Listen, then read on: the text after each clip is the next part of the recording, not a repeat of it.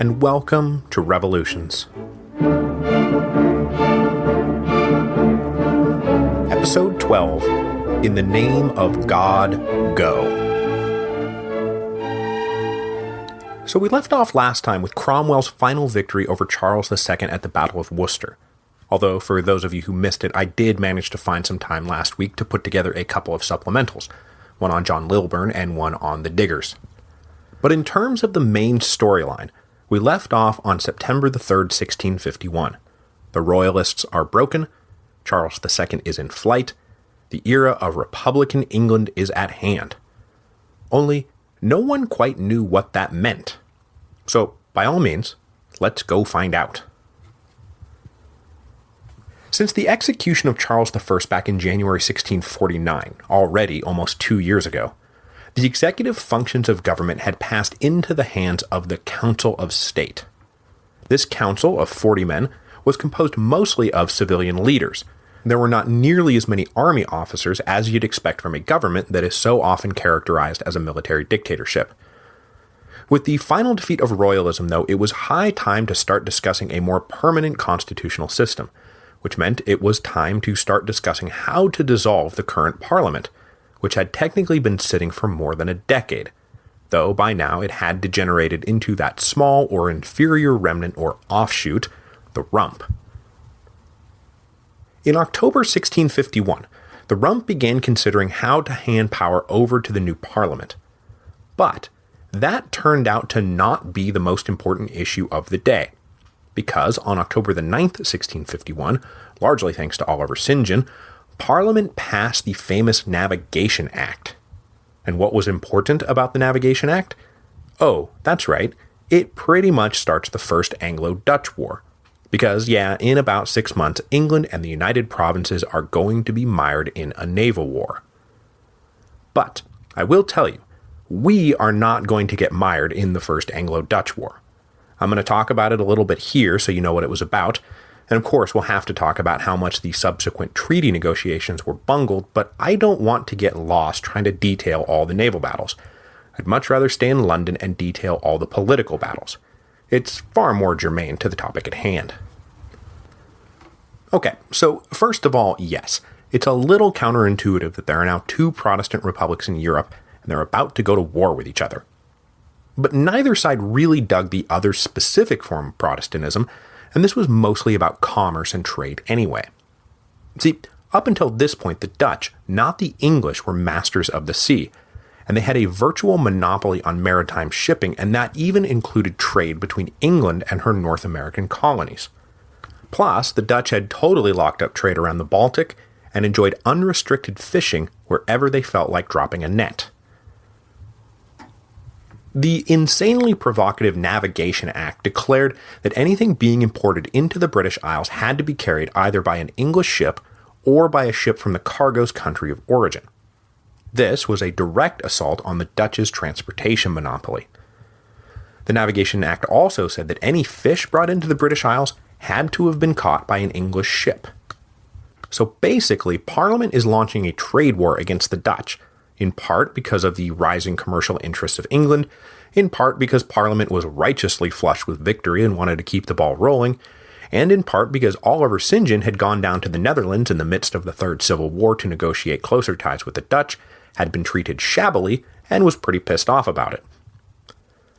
After the act was passed, the Dutch sent envoys to negotiate a peaceful settlement, but by the spring of 1652 clashes out at sea between the English and Dutch, and the French too, but let's not get into that, pretty much demanded the conflict be settled with arms.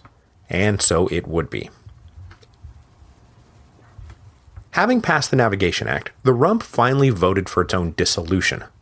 But they set November 1654 as the closing date, which is like 3 years in the future. This is not what most people, especially the army grandees, had in mind when they started calling for a new parliament. I mean, the Rump was about as unrepresentative a supposedly representative body as you could possibly have. They had no popular constituency. So the only thing that could justify the Rump so brazenly extending its own life was if they started enacting all those long overdue reforms that had gotten everyone into this in the first place. A pretty long list of things had accumulated over the years, so let's quickly take stock of the gargantuan task facing the Rump, and then decide whether they in fact managed to justify their own existence. On the religious front, a loose consensus had emerged that there still ought to be some kind of established church, with the obvious caveat that there wouldn't be any penalty for non-attendance, so you've got to set that up. Then there was the long-festering problem of scandalous, absentee, or incompetent ministers living fat on forced tithes. You got to figure out a way to get rid of those guys. And then there was the belief that Parliament ought to underwrite the spreading of the gospel into the dark corners of Britain, where conservative Anglicanism or even, gasp, Catholicism still held sway. You got to get that going. To tackle all of this, the Rump formed a few subcommittees in February 1652. We'll check back on their progress later. On the legal front, there was an absolute logjam of proposals out there. The courts needed to be more accessible and more honest and cost less. Men should have the right to lawyers and witnesses in their defense. The whole concept of the debtor prison probably needed to be scrapped, and the death penalty was maybe being thrown around just a little too freely. A commission led by Sir Matthew Hale was established in January 1652, creatively dubbed the Hale Commission, to make recommendations on legal reforms, and they wound up submitting 16 different bills for the Rump's consideration. We'll check back on them too. On the social front, the influence of the Levelers had raised the possibility that poor relief might be strengthened and extended, and that steps might be taken to move England in the direction of being a more humanitarian and egalitarian society. But we can clear this up right away. The members of the Rump were firmly in the merchant and landlord camp. Social reform was a total non-starter. On the financial front, there was some activity, but it sure didn't make them any friends in the army. The Rump decided that a good way to raise money to fund, for example, the war against the Dutch, would be to confiscate and sell royalist property. Now, this is all well and good, except that over the course of the civil wars, the army had induced dozens of peaceful surrenders of royalist strongholds by promising estates would not, I repeat, would not be confiscated and sold. The Rump's decision to start reneging on those promises besmirched the honor of army officers everywhere. And remember, this is an era that takes honor super seriously. So finally, we circle back around to the political front. How is power going to be transferred from the Rump to a new parliament? Because there has to be a new parliament eventually, right? I mean, the Rump can't just extend itself indefinitely by only calling for so-called recruiter elections to fill vacant seats, right? Right. So when are we going to have fresh elections? And how is suffrage going to be determined? And how is membership going to be regulated? To justify their existence, the Rump Parliament had to tackle all of these issues simultaneously. So what did they actually do? They met 4 days a week, usually only for a morning session, and accomplished exactly nothing. No religious settlement, no legal reforms, really no social programs. Plus, it looked an awful lot like they were concocting a recruiter election scheme to perpetuate themselves indefinitely so they could all get rich. By August 1652, the senior command of the army was getting super annoyed with the Rump's inaction, and they presented a petition that was meant to prod the small or inferior remnant or offshoot in the direction of, doing something.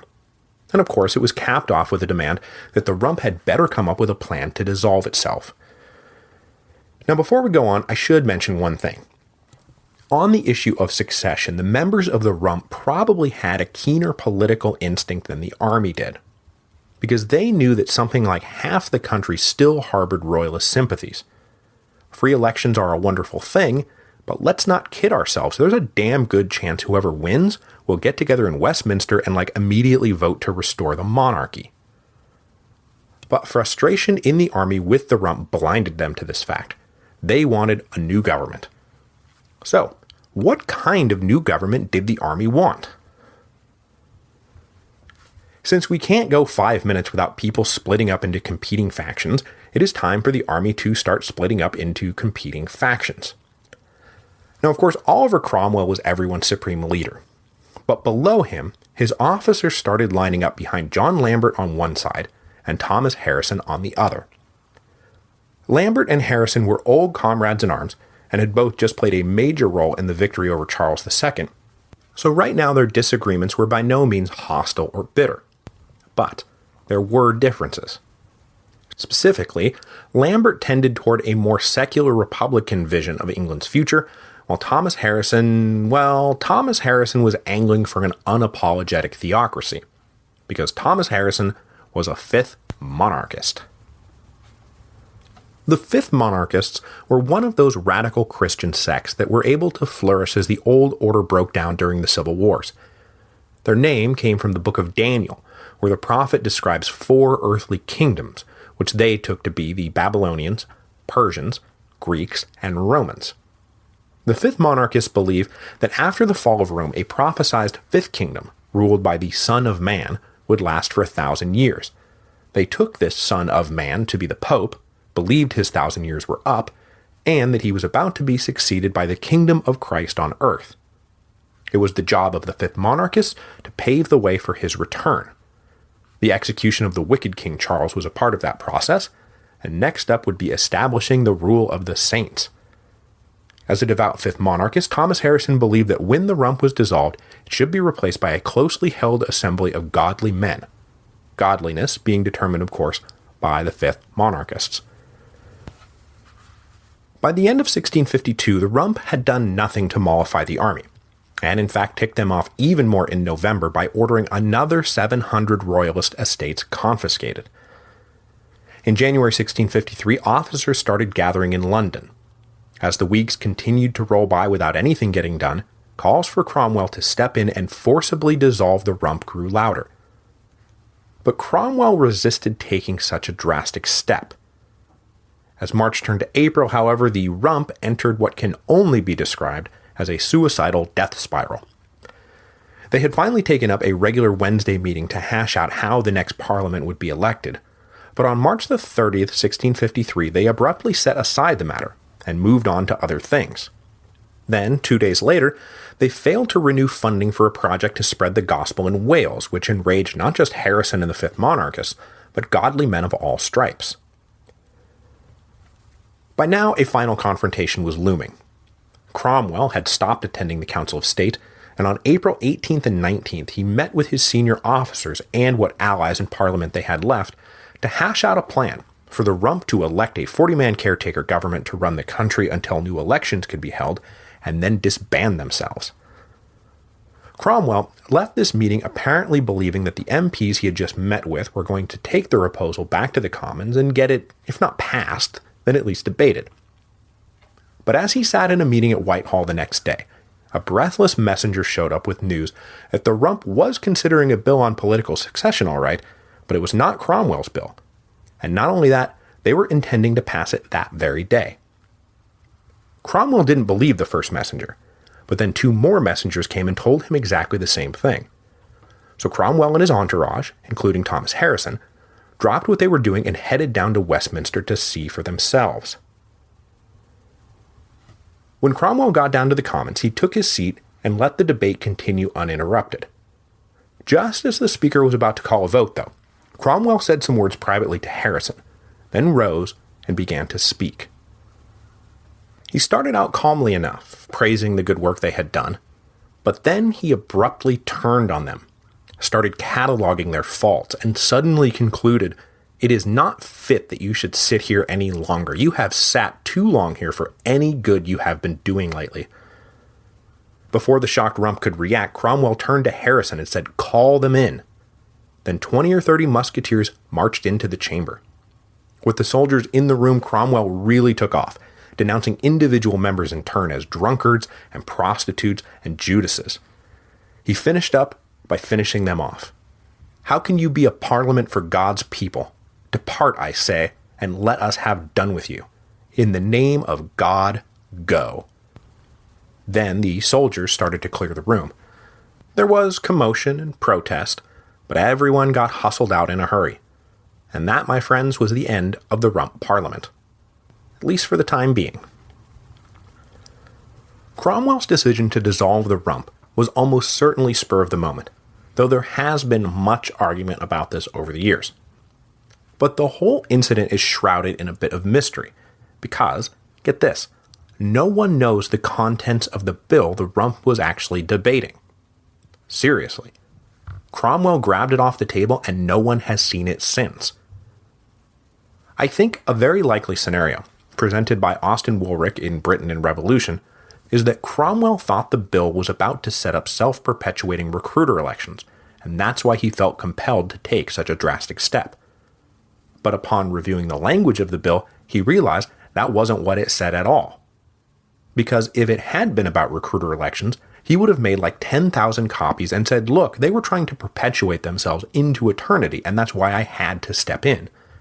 But instead, the one copy of the bill was destroyed, which makes you wonder.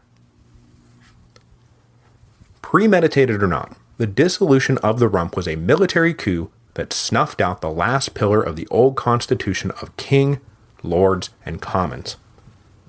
When the Long Parliament convened back in 1640, no one, and I mean no one, thought that in a little over a decade, the entire political system would have collapsed onto the shoulders of an obscure country gentleman that no one has ever heard of. Least of all, the obscure country gentleman that no one has ever heard of himself. 2 days after the Rump was tossed out, Cromwell convened a new Council of State. Under what authority did he convene the new Council of State? Look, it's a Council of State, so just go with it, okay? The first and really only order of business was to figure out who or what the Council of State could hand power off to, which Cromwell wanted to happen as soon as possible to avoid accusations that he was running a military dictatorship. John Lambert, who was probably more disgusted with the Rump than anyone, favored a small executive committee that would be streamlined enough to actually get things done. Thomas Harrison, on the other hand, wanted a larger body, but one whose membership would be tightly restricted to the godly, establishing that rule of the saints that would pave the way for the coming kingdom of Christ. In the end, the Council of State set up an assembly of 140 members, representing every county in England, plus 6 members each for Scotland and Ireland. These members, however, were not going to be elected. Instead, candidates would be nominated by a convention of army officers, and then a majority vote would confirm them. Conscious of the dicey political ground upon which he stood, Cromwell also went out of his way not to call this new assembly a parliament, and instead it was referred to as the nominated assembly, though that is not what history is going to call it. With the candidates all selected, the nominated assembly was set to meet on July the 4th at Whitehall, not Westminster, because, like I say, Cromwell really didn't want people to mistake it for a parliament. In the meantime, the war with the Dutch was reaching its climax. England looked like it was going to be the winner, but really, both sides were ready to call it quits. When Dutch ambassadors came to London in June to hash out a treaty, though, the Council of State presented them with absurdly harsh terms that the Dutch just couldn't accept. So the fleets had to go back out for one more big battle in August, which the English again won, but not without considerable losses. The war needed to end. Both sides recognized it. But the men who now ran England were not super experienced with high diplomacy, and negotiations would drag into 1654 as the Dutch tried to convince the English that, look, we're here to negotiate, not sign some humiliating capitulation. I mean, you didn't beat us that badly. At one point, Cromwell even had to open up a secret correspondence with the Dutch envoys, basically begging them to be patient while he tried to talk some sense into his guys. Now, as I just mentioned, the nominated assembly that gathered in July 1653 is not known to history as the nominated assembly. They are instead known by the sneering label, Barebone's Parliament. Critics of the assembly, and there were quite a few of them, as I'm sure you can imagine, wanted to paint it as a collection of low-born religious zealots. So they latched onto one guy in particular who had the wonderful name Praise God Barebone. So they called it Barebone's Parliament, even though it was really not Barebone's Parliament. Cromwell opened the assembly with a 2-hour speech, during which he implored them to remember that they sat as a result of God's will. It had all come down to this. So, please don't blow it. He told them that they had until November 1654 to complete what business they could, and then they would elect men to succeed them in a second nominated assembly, and then those guys, now somewhat removed from the dirty business of the, military coup, would arrange for a permanent constitutional settlement. One of the first things the assembly did, though, was to vote to call themselves a parliament. Cromwell may have been squeamish about the name, but they were not. Then the Council of State was expanded from 13 to 31 members, a pretty even mix of Harrison-aligned religious radicals and more conservative men who just wanted a functional government. Critically, for the next constitutional experiment, which will be along in, about 6 months, the Council of State was subordinated to the Assembly, and Oliver Cromwell made sure that he enjoyed no special authority or position. 2 mistakes that would be corrected in Lambert's Instrument of Government, which we'll get into next week. At first, Barebone's Parliament ran great. The Assembly met 6 days a week for all-day sessions, and attendance was pretty good. They dove headlong into all the reforms the Rump had neglected, but as it turned out, reform is not as easy as it sounds, especially when you've got a bunch of fifth monarchists wandering around whose idea of reform is the creation of a biblical theocracy. The specific issues that wound up crashing Barebone's Parliament, however, were legal reform and compulsory tithes. Now, I don't think we've talked about it yet, but tithes had long been a source of discontent. They legally obligated a parishioner to pony up cash to support a minister they probably had no say in choosing, often didn't like, and sometimes had never even met. A big part of the Puritan reform movement was the belief that congregations ought to choose their own ministers and then support them voluntarily, the logic being that if a minister couldn't convince people to contribute voluntarily, then he probably wasn't worth supporting in the first place. Complicating the matter, though, was the fact that over the years the right to collect tithes had slowly passed into the hands of laymen. In fact, by the time of the Revolution, something like a third of all tithes were in fact collected by local landlords, whose families had somehow acquired the title to them at some point in the misty past. Handed down from father to son, these tithes were now considered a form of property, and abolishing them would be a direct assault on the kind of freeborn rights that John Lilburne has always been ranting about. The men of Barebone's Parliament soon broke down into 2 parties, one that favored reforming the system to correct the worst abuses, and another more radical party that favored outright abolition. Both sides considered the other misguided and dangerous. The other thing that fractured Barebone's Parliament was legal reform, which opened up a similar split between those who wanted to tweak the system to make it less corrupt and more humane, and those who wanted to scrap the damn Norman yoke altogether and create a brand new, ultra-simplified code written in plain English. Adding some spice to the legal debates were the fifth monarchists, who said that biblical law was all that anyone needed, so what are you guys even talking about? Much to the chagrin of the radicals, the committee set up to handle legal reform was moving in the direction of moderate tweaks, based in part on the work of the Hale Commission. But one day, the radicals found themselves in the majority in the main assembly, and they voted to create a separate committee whose task would be to devise a whole new model of law. So now there were 2 committees working simultaneously towards contradictory ends, which didn't do much to promote the spirit of unity in Barebone's Parliament. The polarization of the assembly accelerated through the fall of 1653, as everyone entrenched into their respective bunkers. Attendance in the main assembly dropped off a cliff as members despaired at their ability to break the deadlock. There was, however, a brief spike on November the 1st for the debate on how to reconstitute the Council of State. It had been decided that 16 of the councillors would automatically keep their seats, while the other 15 would face possible replacement. The radicals, especially the religious radicals, got beat bad in the subsequent vote, and even Thomas Harrison just barely managed to keep his place in the council. The rebuke led the fifth monarchists to essentially withdraw their support from the assembly. They began to attack it mercilessly in sermons and pamphlets, which only demoralized and degraded the body even further. By the middle of November, Only about 50 guys were showing up to work each day. By now, John Lambert too had given up on the assembly, though obviously not for the same reasons as Thomas Harrison. And as it turned out, Lambert was not just an excellent military officer, he was also something of a political philosopher. Sensing that Barebone's Parliament was not long for this world, Lambert spent the autumn of 1653 writing the Instrument of Government, which he hoped to get adopted as the first written constitution in English history. We'll talk more about the instrument next week because Lambert is about to get his wish. But before we can really get into it, Barebone's Parliament needs to die. So, let's go ahead and kill it right now. In the end, it was tithes that drove the stake through the heart of Barebone's Parliament. By early December, the moderates had put together a reform package aimed at correcting the worst abuses, while leaving the system itself intact.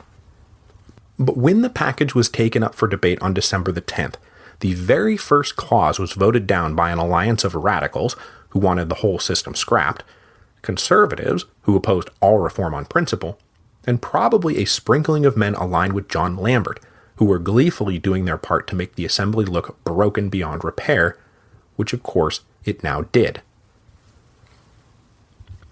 After this fateful vote on tithes, Lambert and his allies met with moderate members of the assembly, and they hatched a plan to have Barebone's Parliament commit suicide.